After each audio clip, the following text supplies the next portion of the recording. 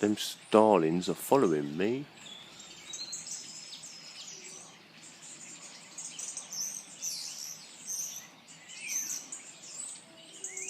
Better close my mouth.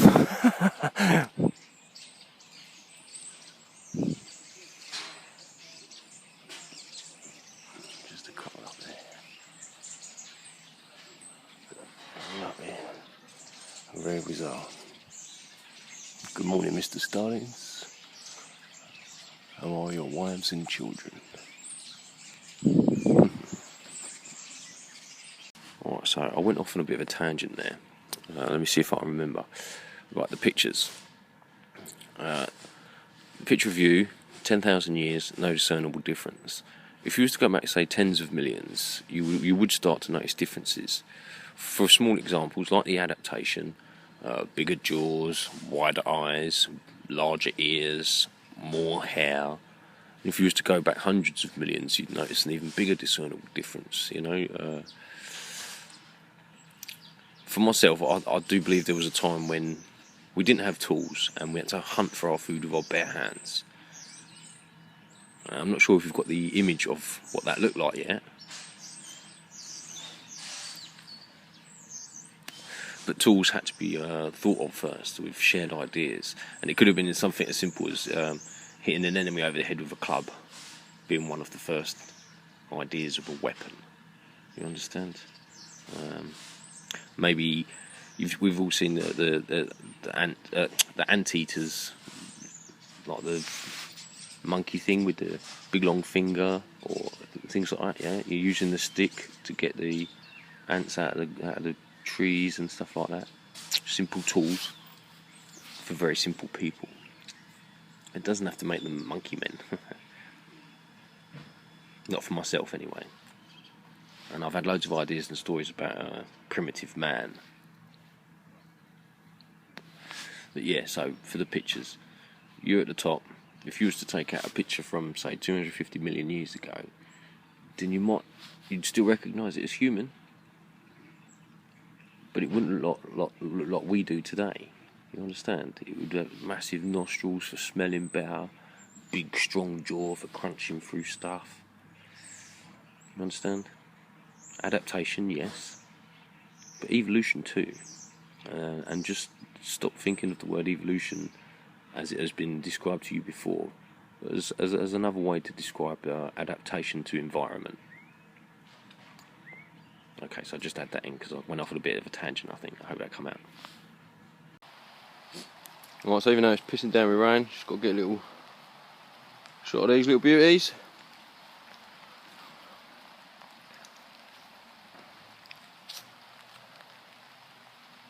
Cool mushrooms in the rain. And if you remember, we've been here before. Peace and luck all. Right, so I'll make this as brief as I can. So these are not my pictures, not my work. This is just for education and sharing information. This is the part I was telling you about the pictures, okay? This is you here.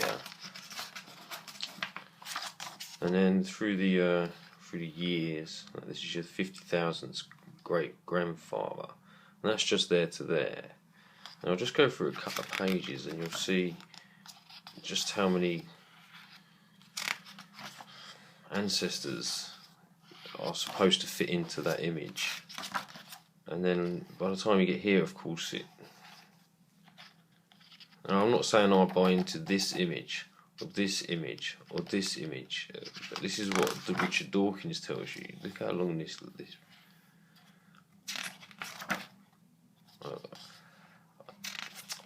It's so hard sometimes. I feel I could convince people of this stuff, but that's the trick, isn't it? Of being able to convince people. And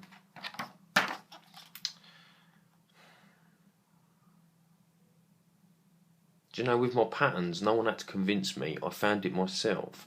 I believe you can find the answers yourself.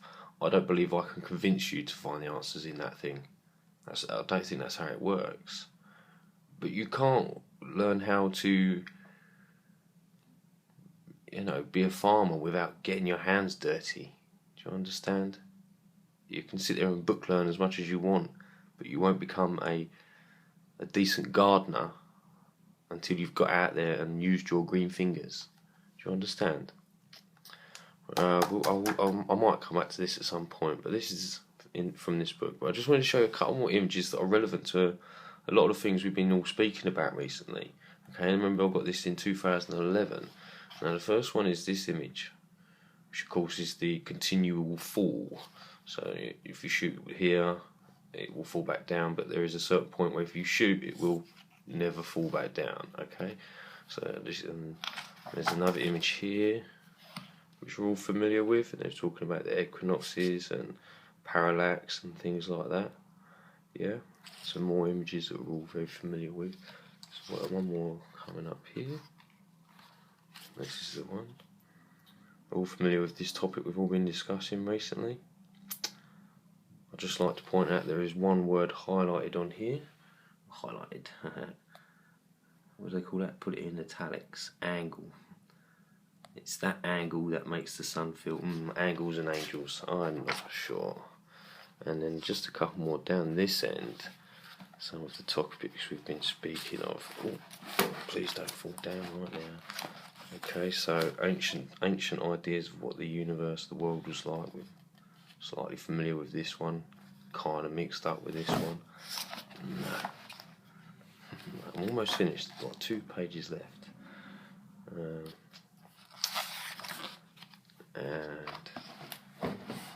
It's going to fall over. It's just these last 4 images.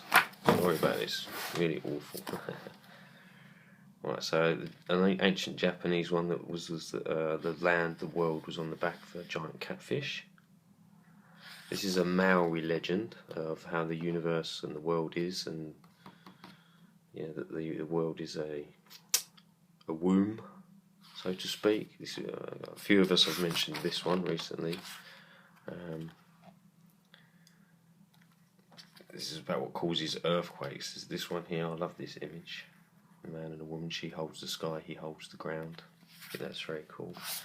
And so again, these are not my ideas. This is from that Richard Dawkins book, The Magical Reality.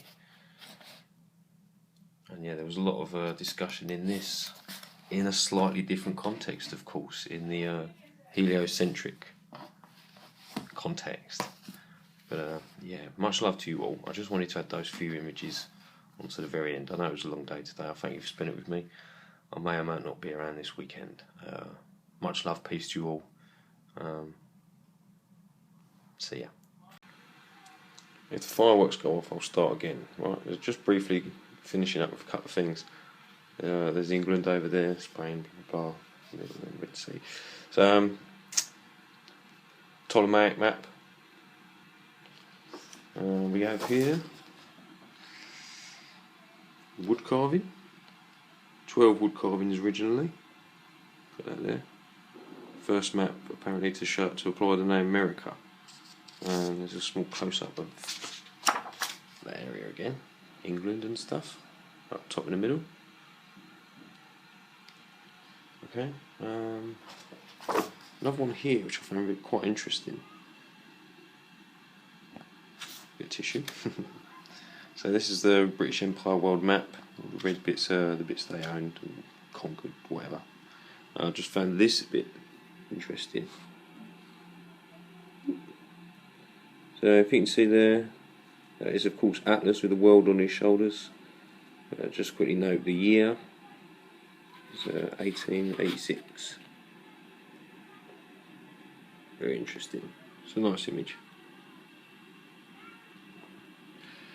Just quickly moving on. A nice egg-shaped mirror map. Excuse me.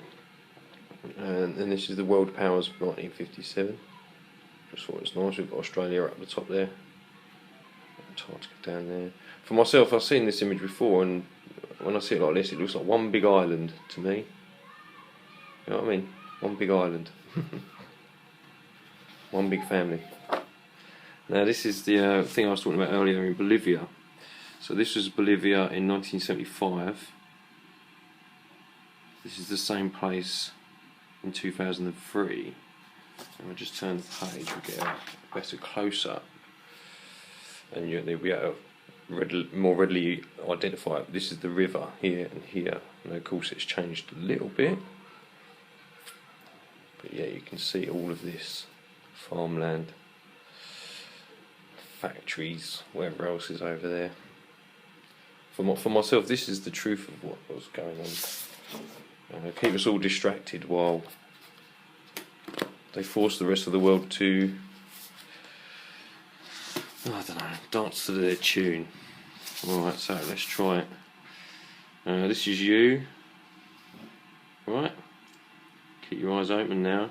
This red circle here is your friend.